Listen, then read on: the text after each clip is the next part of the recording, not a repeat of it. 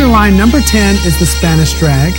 Now, when we demonstrate this for you, the entry that we will use will be from any closed foot position, and as an exit, we will recover and end in promenade position. So we'd now like to dance this for you to music.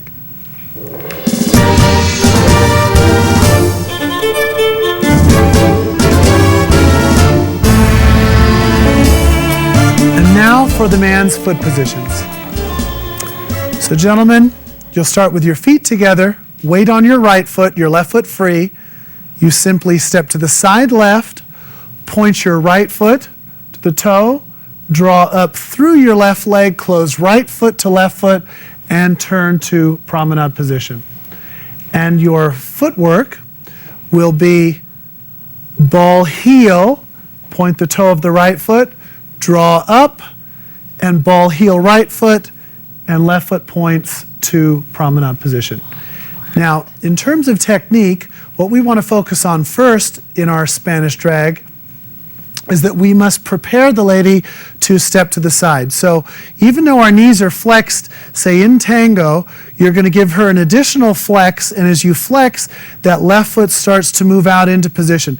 That will indicate to the lady that we are going to move to the side. Now from this position, I will illustrate this more a little bit later with Heather. You're going to feel as though as your foot goes to the side that your body's going to have an accent right and then finally left. Okay? I'll turn around so you can see this. So if the lady is here, I flex down through my right leg, telling the lady that we're moving laterally to the side. As I start to transfer weight to my left foot, our bodies will switch across each other, switch, and then come back to my left foot. Now, we don't want to sway too much on this particular figure. We want to try and line our bodies up over the left foot. Now, from here, before I come up through my left leg, I'm going to rotate my body to the left, and I'm going to stretch my left side as I begin to look at the lady, drawing my feet together, and then, of course, I switch back to promenade position. And now we'll have Heather show us the ladies' part. And now the ladies' foot positions for this figure. As Victor has mentioned, this can come from any closing action. So from here, going to compress through the left leg, take the right foot to the side. Left foot is held without weight. Left foot closes to right foot, left foot swivels, promenade position. And now the footwork. We have ball heel, inside edge of foot, left foot draws up, and from this position we dance ball heel, inside edge of right foot for promenade position. And now the technique for this figure. What I'm trying to do, ladies, it's very, very important that anytime we commence any figure in tango is there is a compression through the standing leg before we move. So from here, what I never want to ever do is move my body to the right too early, but compress through the standing leg, and you can see the right leg is now moving away from my body at this stage. Now from here it transfers, and as Victor was talking about, there is a switching of the body position, so my head will actually move right and then back left again. And at this stage my body weight will be on my right foot and on the inside edge of the left foot. From here, what I like to do, ladies, is I like to use that standing leg and shape my right side to my partner, creating a curved leftwards. And I look up to his position here at this stage. And then from here, I'm going to flick my head very, very fast to the right, swiveling my left foot underneath my shoulders for promenade position. So one of the main things, ladies, that we have to do is we must not tick ourselves. We must not activate an action without the lead and drive from the man's base, and listening to his arms is very, very important. What's very, very important about this figure as well is in tango we want reflexive muscles, not flexed. If you already presume what you're doing, everything is very, very tight. So in order to make things look faster, we want to be reflexive. So at this stage I will invite Victor back and we'll demonstrate this for you again. Now, from our closed foot position and body position, again, you can see that the clarity of our body positions, where you can see the man in his space, the lady in her space. Now, as I flex that signals to the lady that we are preparing to move laterally. Now, as I said earlier, that when I'm beginning to transfer weight to my left foot and the lady on her right, there's a slight switching action of our bodies where we switch across each other. Now, this is very subtle, and we don't want you to take this where you become too extreme and there's too much physical violence. So from here, so what will happen is as we flex, it's just a very, maybe half of our bodies shift across each other. Slow.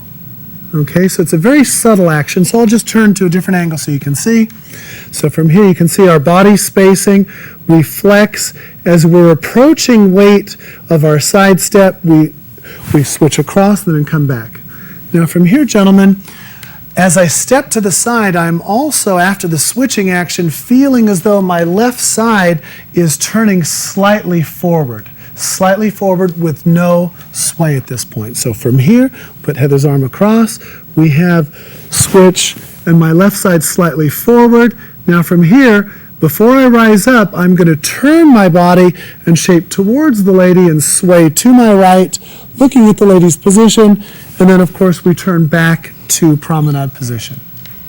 And for the ladies here, when the man gives us our switching action, from here, I want you to make sure as your head goes back to the left, your body weight stays to the right. So if you notice, it's a little bit easier, this figure, for the man, because as he switches, he is on his left foot and his head is left. I am on my right foot and I'm shaping left. So there's a difference. So from here, through the switching action, I'm left, but I'm on my right foot. And what tends to happen through this figure is, while I'm trying to be on my right foot as I shape left, I actually take all body weight from that centered position. So the man's action is slightly different in the fact that once he dances the switch, his head automatically goes back on top of his standing leg. My head is going in opposition of my standing leg. So just watch this carefully one more time. So it's very, very important to stay towards him. Then as we draw up, relax the joints, find the center, and he'll swivel to promenade. And ladies, make sure that in promenade position, you make sure you are behind the man's right hip. Just like to add one extra point. Whenever we have any kind of lunging action in any of our picture lines, what I'd like to just address is that you always want the knee going over the toe of the standing leg. Quite often we see, going into many different picture lines, awkward positions where you're going to see the knee going in a different direction than the toe of the standing foot. So you always want to make sure, whether it's the man or the lady, that whether you lunge left or right, that the knee goes directly over the toe. Very, very important just for the safety of your knee, not to mention the balance of the partnership.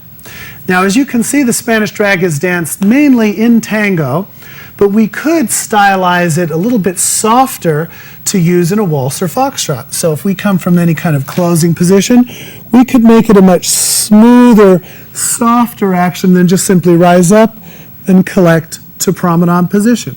So you can see you can use many different timings and, of course, styles in many of the different dances. So that was your Spanish drag.